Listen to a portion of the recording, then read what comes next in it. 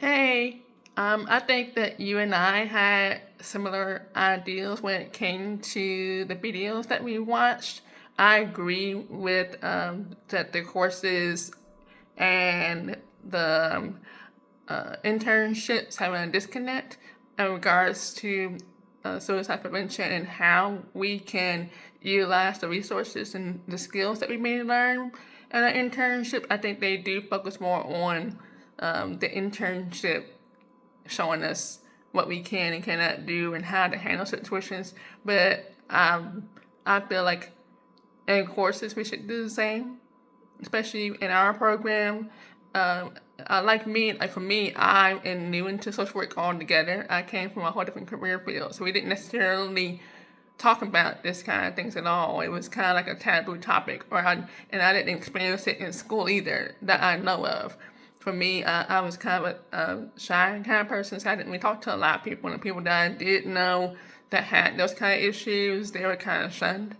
So I didn't really necessarily know what the warning signs are and um, what they entail until I got into the military and had to learn that kind of stuff. But I think it's essential that I think the school should teach that kind of stuff early to the students.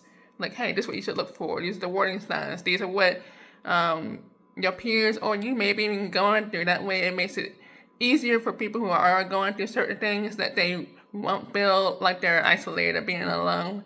And I also agree with your thought processes of being social media being a huge factor in the rise of suicide rates.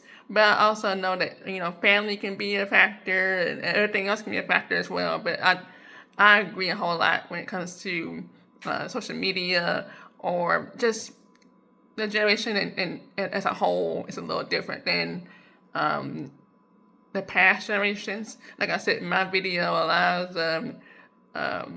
viewpoints and thought processes of how we handle and cope with things is very different. Our generation, well, my millennial generation, is more.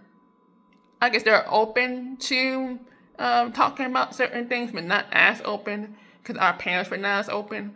Whereas this generation is a lot more.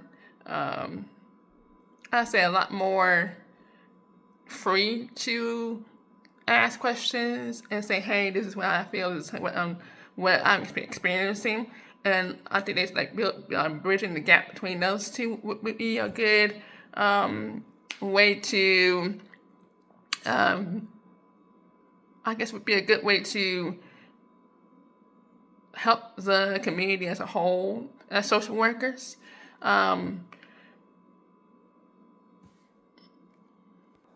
I agree with the one-on-one meetings that you usually have with students in schools, and you don't have to do it with every couple of weeks or every couple of months, but just check in. I think a lot of staff and the school system and the community are so caught up in what they have to do that they miss the warning signs, or they might have the good intentions to talk to the students or talk to the kids that they're interacting with or parents that they're interacting with, but life gets in the way. And I feel like I think the one-on-one, it doesn't have to be all the time, but a check-in would be a good idea. Well, I enjoyed your post. Have a good day.